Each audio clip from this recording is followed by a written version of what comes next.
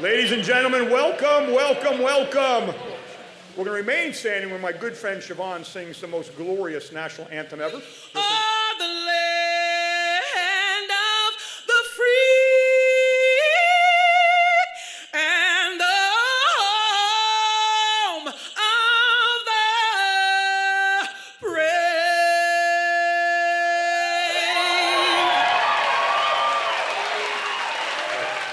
How exciting. Folks, I welcome you to tonight's Honoring Our Heroes event as we honor the 35th anniversary of the end of Desert Storm. So my friends, I could not be more honored to introduce as our MC tonight a friend of our community and a good friend of mine, the one and only Lieutenant General Marshal B. Brad Webb. Thank you. Good evening, ladies and gentlemen. Welcome to the latest in the series of Honoring Our Heroes as we celebrate the end of a Desert Storm. February 28th, of course, is an important date. I think probably double so given today. I would like all military veterans of all services, Indian all services, to please rise so we can salute you.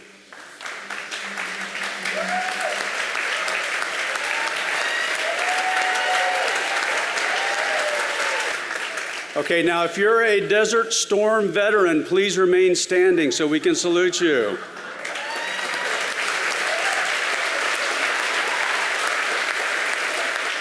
If you are an AFSOC aerial gunner, please stand.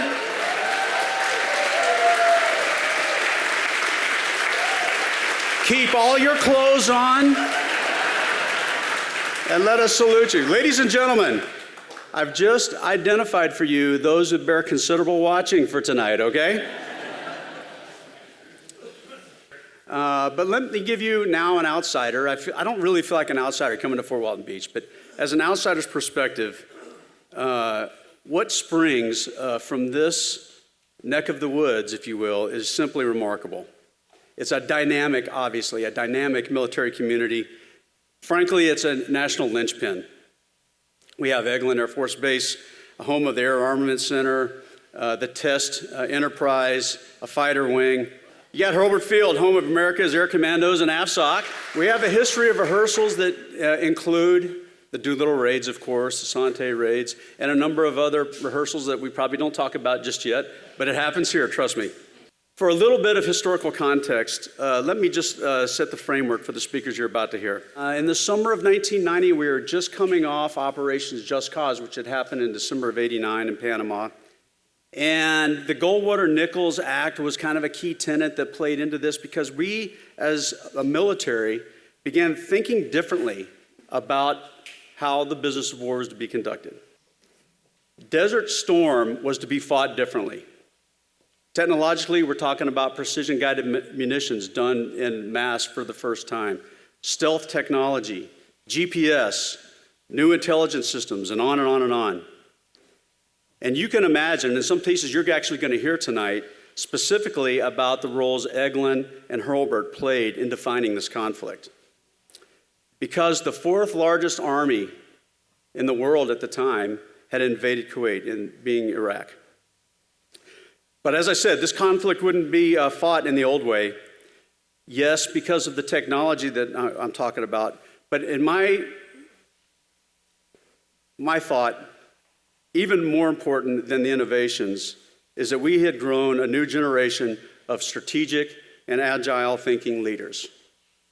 Leaders like General Schwarzkopf, General Horner, and the leader I'm going to introduce next. And trust me, he remains a legend here today. We're honored to have him with us as our first speaker tonight. Ladies and gentlemen, please help me welcome Lieutenant General Dave Deptula.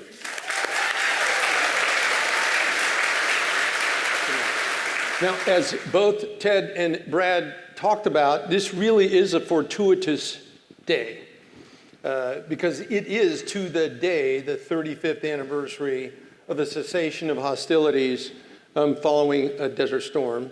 But I want to give you some insights into just what went into some of the elements of success that allowed us to accomplish the objectives. But a lot of people ask, why are you studying Desert Storm 35 years after it happened? What difference does it make? Well, it makes a lot of difference. It was the first time in history air power was used as a key force, not the only force. I'm so sick and tired of hearing people say, well, you guys say that air power can win wars. No one I know has ever said air power can win wars alone. But guess what? The Army can't win wars alone. The Navy can't win wars alone. None of the individual services can win wars alone. That's not the point. Jointness is using the right force at the right place at the right time. And this is the bottom line. You know, the campaign began with air power, it was prosecuted by air power, and it succeeded because of air power. Doesn't mean that the other services weren't involved, but airmen shouldn't shy away from what it was that we were able to do, and you see the same thing happening today. We had proper preparation in terms of organization. We had the first Joint Force Air Component Commander that controlled all of the air assets regardless of what service or what country they came from. We had preparation in terms of training. We had the best training in the world thanks to folks like General Wilbur Creech, who prepared us for what was to come. We had the best, most capable, technologically advanced aircraft in the world. Number two, we had leaders who provided guidance, not micromanagement.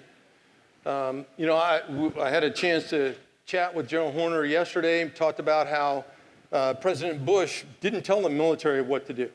Well, guess what? General Schwarzkopf and General Horner didn't tell us how to, choke chickens either. They provided guidance. And then number three, we took this effects-based approach that focused on outcomes, not inputs. So, and then you're going to have the opportunity to hear from the air boss who provided that guidance and did a magnificent job in orchestrating the greatest air campaign that had ever been accomplished, and that's General Horner. So thanks very much for your attention, and look forward to interacting with you later. Ladies and gentlemen, a member of the Air Commando Hall of Fame, please give a warm welcome to Colonel Retired Randy O'Boyle. And my story is just like a lot of the stories that are out there. So on my job, we got doled out in the main mission for special ops in the big war plan, because, you know, I mean, this was the big war, not our counterinsurgency stuff that we'd been doing in the dark. And so we're a supporting element, and so our job in the war plan was to do combat search and rescue. And we decided, based on what we knew, the featureless terrain and the Iraqi capability, that we had to pre-position helicopters if we were gonna get somebody in Iraq. And this guy from the White House, he came in, and I'm briefing him on what we're doing. He's going around to everybody. I said, well, come in. He said, well, we're going to do forward orbits in Iraq and loiter, because that's the only way we could get the guys quickly enough before the Iraqis could get them. And he goes, well, wait a minute, this is this big political thing. This is defense of Saudi Arabia only. What makes you think we're going downtown? I said, well, if they start bombing us, I mean, we're not going to just sit and take it. We're not a catcher's mitt, right? And he goes, you're coming with me. And the next thing you know, I'm up in General Horner's conference room, and that's the black hole. And that's how I got in there, you know. And what General Deptula and the team were doing is they were trying to amass every expertise they could do to be as smart and as focused and deliberate as they could, and telling us this is what we're going to do. And he would have been you'd been a hell of a prosecutor, because guys would come in, and if they had the case of dumbass, he would just be all over them. And then the General Glosson, I mean, really, General Glosson was great. He was a little bit like Foghorn Leghorn. No. You know, and you didn't want to make him mad. And I gave the combat rescue brief, and Corby Martin, another one of our heroes, and me and Tim Minish. But anyway, one of the wing commanders came up to General Glosson and said, hey, look, we need to have the guys briefed on what they're going to do if they get shot down. So I give this briefing to this wing commander who wanted it, and it was pretty good, I guess. Because the next thing, General Glosson goes, oh, no, that briefing, you need to give that briefing to every wing that's going to drop bombs. You need to get every one of them. So I'm hitching rides on these C-130s so I'd given I don't know, there were 150 wings. I don't know how many wings, there's a lot of them. And so I'm giving these, I've done 3. So General Glosson has a wing commander meeting of all the wings that are, I told you to go give those briefings. How come you haven't done that? And you know how it was in that conference room. So I just stood up and I started walking. I was leaving, like I was having, whoa, where are you going? I said, look, it's just me. I mean, I have no transportation. I have no anything. If I'm going to give these briefs, I got to start walking now. No. So the next thing you know, I get my own Saudi royal family Dassault business jet. But those are the kind of things that happen kind of behind the scenes of everything that went on in the theater. So I just want to put some color to that. Every day in the desert, the guys living in the tents, and 6 to 12 people in an air-conditioned tents. The air conditioner would break. You have the same food forever and ever, and they're just waiting for months, waiting for. We were busy planning, but they're training and waiting, and the monotony went on. So that was the background story of all the stuff underneath, and I've got a lot more of those kind of stories, but it was everybody together, and we in the special operation community were privileged to be associated with the big war plan and with the fighter community and all the glorious things that happened out of that. We were just a small little piece of that, but it was to us important, and we were glad to do it, and we were privileged to run across people like General Horner and General Deptula, and it was just a tremendous experience. And every one of the guys in Desert Storm, all of you that stood up, whether you were a maintainer, as the General Webb said, whether you're a maintainer or you were a comm guy or you're an intel guy, or no matter what you did, you were doing what you were supposed to do. And that's, whether you spend 2 years or 4 or 20 or 30 in the service, it's something they can never take away from you. And for most of us, we would probably say that's the defining moment of our life. And so here we are honoring 35 years of Desert Storm, the most impressive and magnificent air campaign in history. And hopefully this one that we're doing now will be every bit as glorious, although maybe not quite as good as but we can keep our hopes and prayers with all that. And I just wanted to give you that a little bit of color, and then we can go to the main event. Ladies and gentlemen, Professor John Olsen.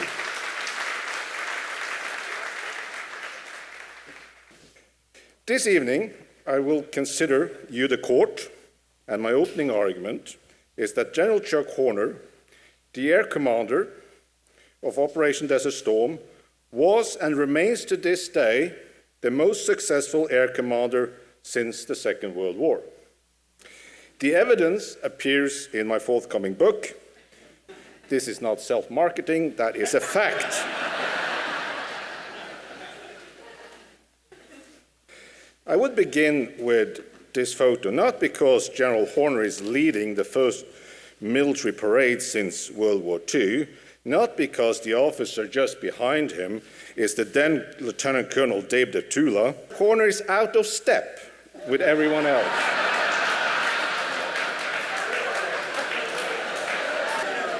Or, as he would submit, the only one in step. And in many ways, that captures his generalship perfectly. He had his own rhythm. What made General Chuck Horner so successful? Chuck Horner was a highly skilled fighter pilot. He flew demanding maneuvers and combat simulations well into his 50s. He was the best fighter pilot ever seen on the earth, according to himself. And he has spent his entire career understanding the 4 roles of air power and how to develop an air tasking order. Just as importantly, Horner had a joint mindset.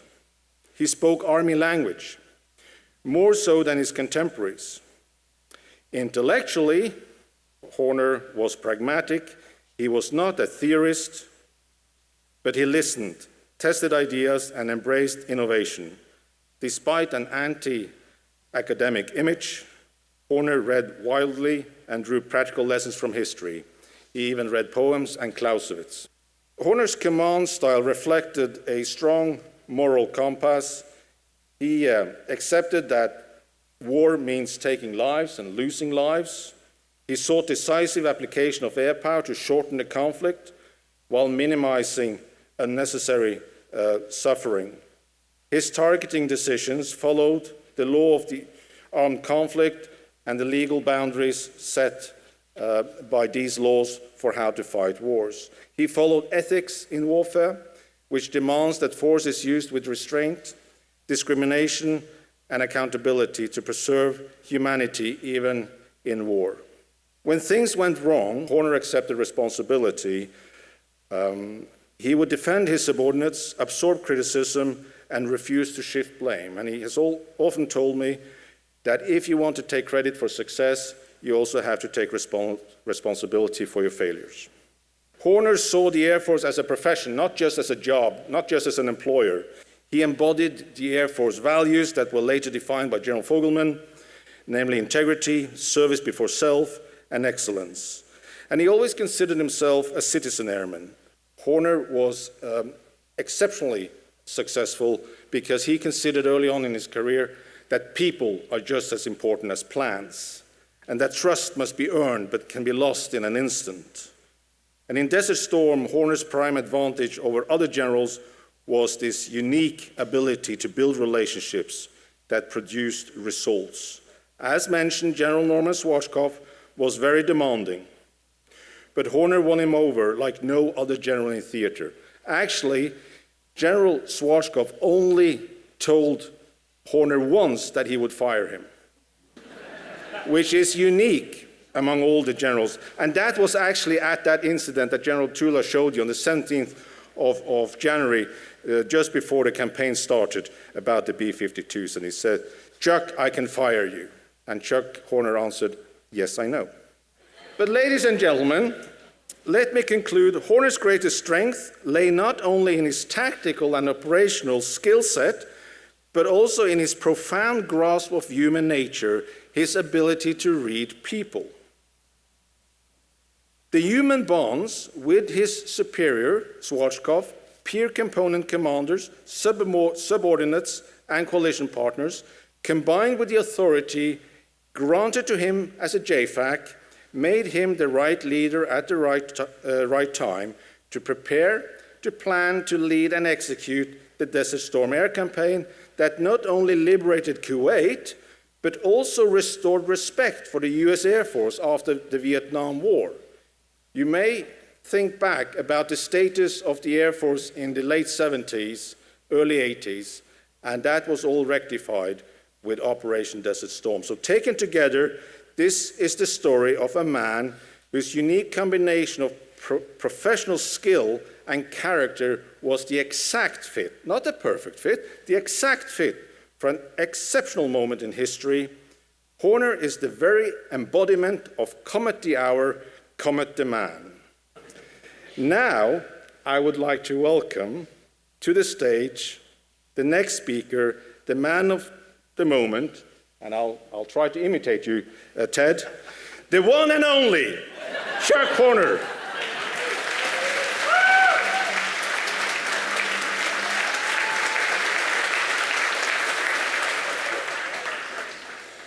Sit down.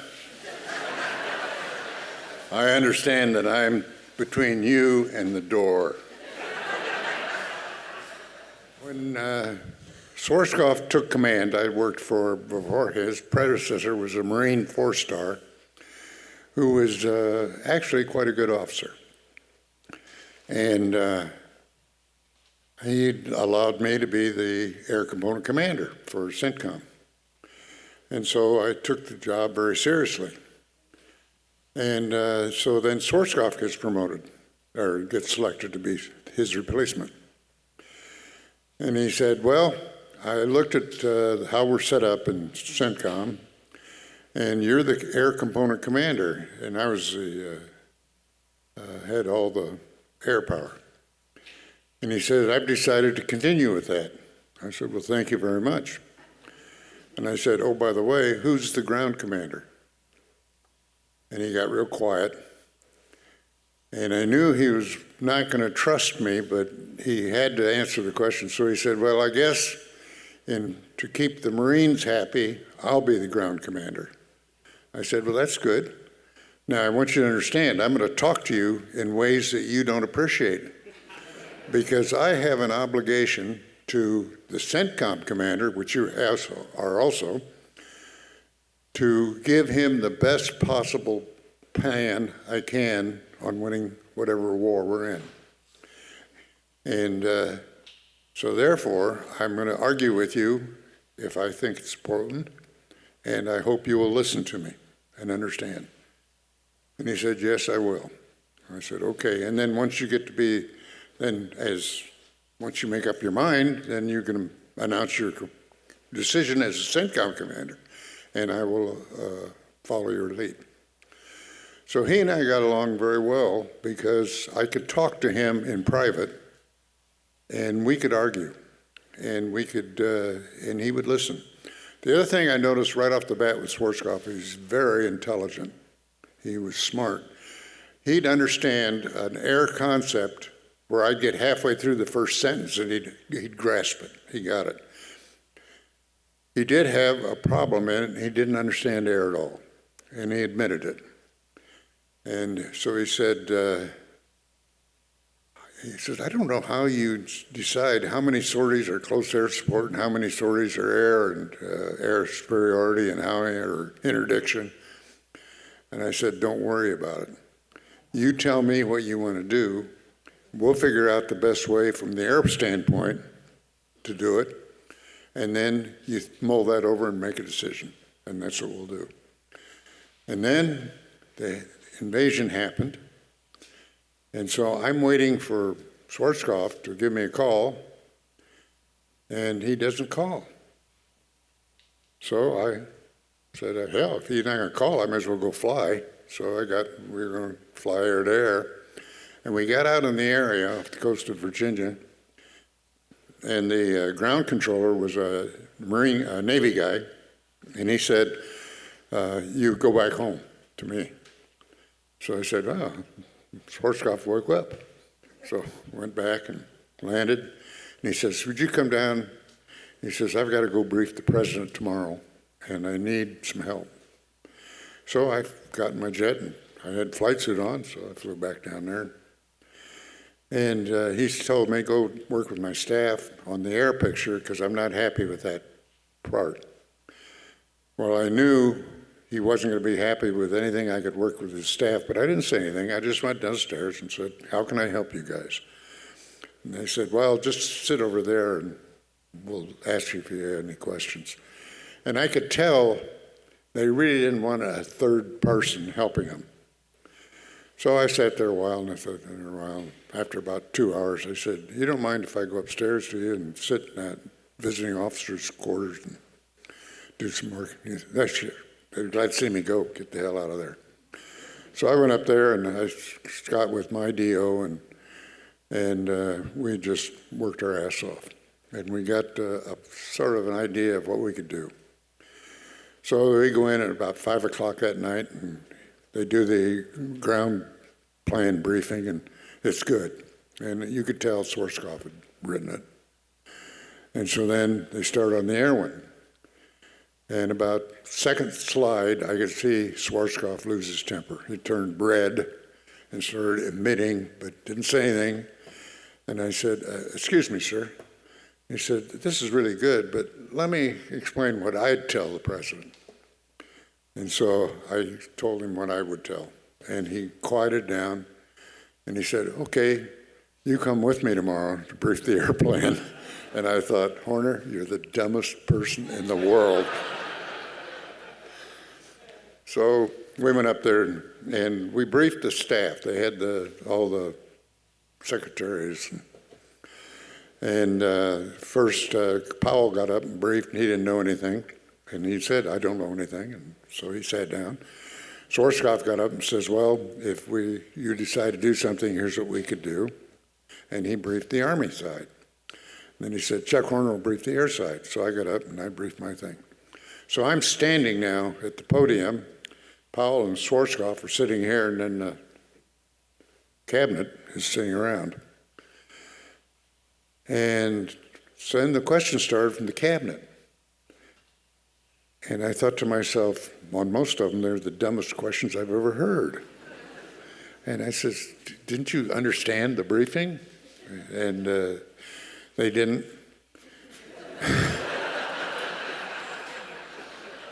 And the other thing that would happen, if it was an easy answer, Powell would answer. If it was more difficult, Powell just turned to Schwarzkopf. And if it was really bad question, Schwarzkopf would turn to me. I'd sit there, so I'd give him an answer. I didn't care. And then the president talked. And he talked about really two things. He talked about if we decide to go to war, he wanted to make sure we fought as a coalition, not as U.S. leaders. And the second thing he was worried about was loss of life. And I thought he was talking about American lives. He was talking about coalition lives and also Iraqi lives. He truly was troubled with the thought of people dying in combat. And so he got done, he says, well, I'm going to call the person most important now is the King of Saudi Arabia because he's next in line. And we have an obligation to help them if he so wants us to. And my heart started really pounding off the front of my chest because I said, he really cares. We have a president who really cares.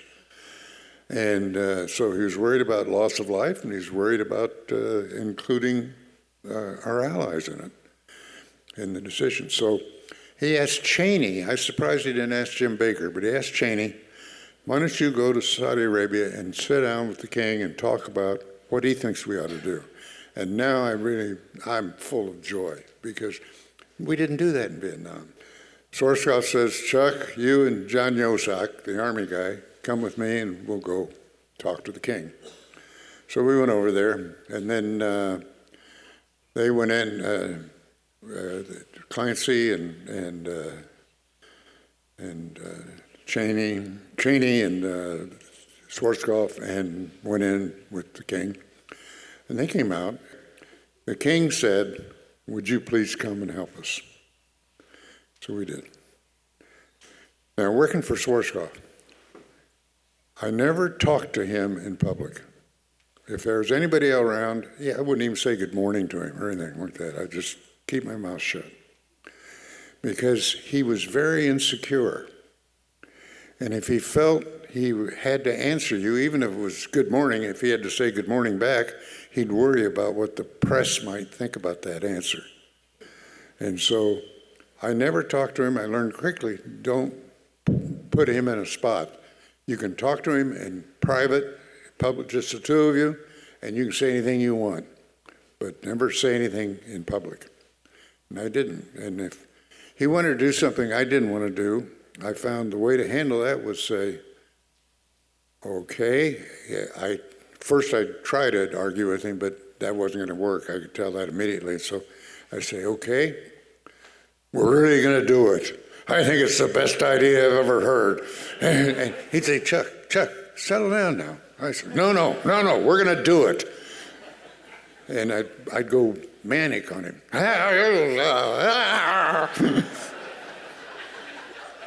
And he'd say, calm down. Okay, I'll calm down. And he says, maybe we don't want to do that. And I says, well, when you get ready to do it, let me know, and we'll really do it.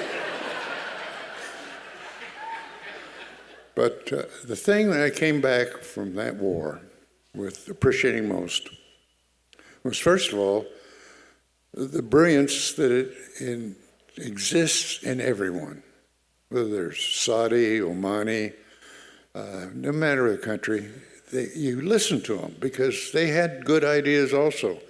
And you could argue with them, but you always was polite and respectful. And normally, if you gave them credit for having a good idea, but not necessarily the best idea, that gave them what they needed. They needed to have someone who listened to them, and then didn't have to agree with them, but listened to them. And so we got along great, just because they were intelligent.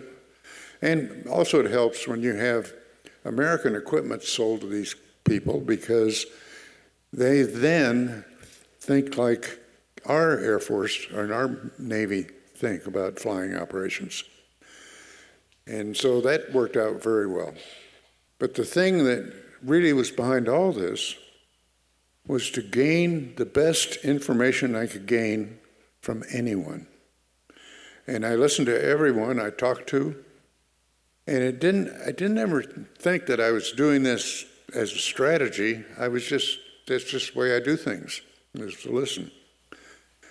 But after the war, I was going around the base and saying goodbye to the wings as they flew back home. I went on to Abu Dhabi and visiting there, and they were going back to Shaw. And so they were kind of my key unit because I flew with them during the peacetime. And I said, well, I'm going to go down to a bomb dump.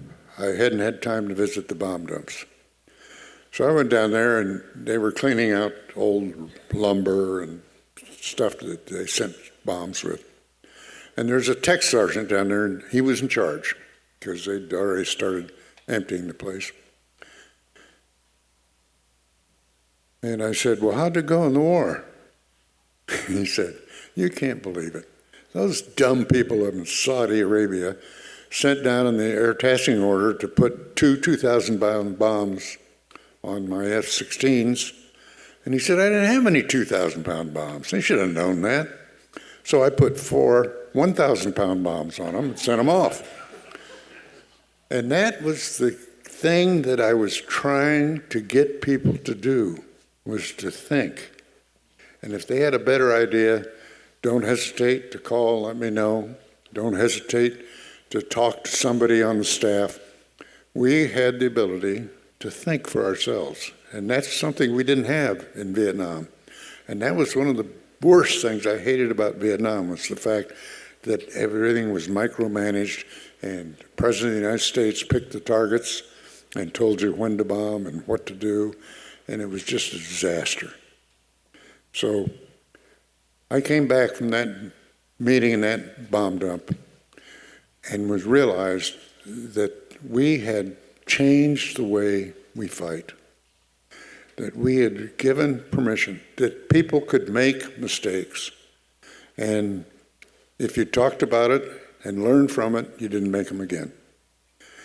And so I came back from feeling all of us have a purpose, and all of us are important. And yeah, we sent some people home who didn't understand that they were important, but that was in the less than 100. And we had thousands of people over there feeling they were responsible for winning that war, and that's exactly what they were. They were responsible, and their ideas counted. And I felt so proud of that. I felt so good about that.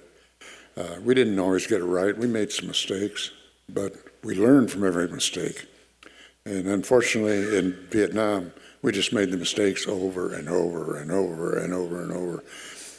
And so I'm very proud also of the wives and girlfriends and families, mothers, who sent their sons and daughters off to war and didn't ask that we not get them killed.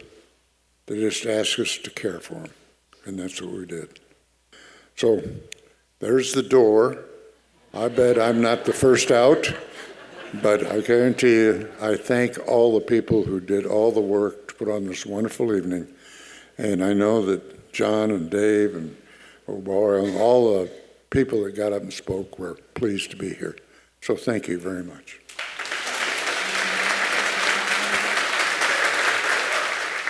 The one and only General Chuck Horner, our neighbor here in Shalimar, Florida. There's no way I'm going to try to top what General Horner had to say. I love the bomb dump story. At the end of the day, it's this and this, isn't it? Folks, we want to thank our sponsors for doing all the cool stuff you did. Thanks all for coming tonight. It was a wonderful night.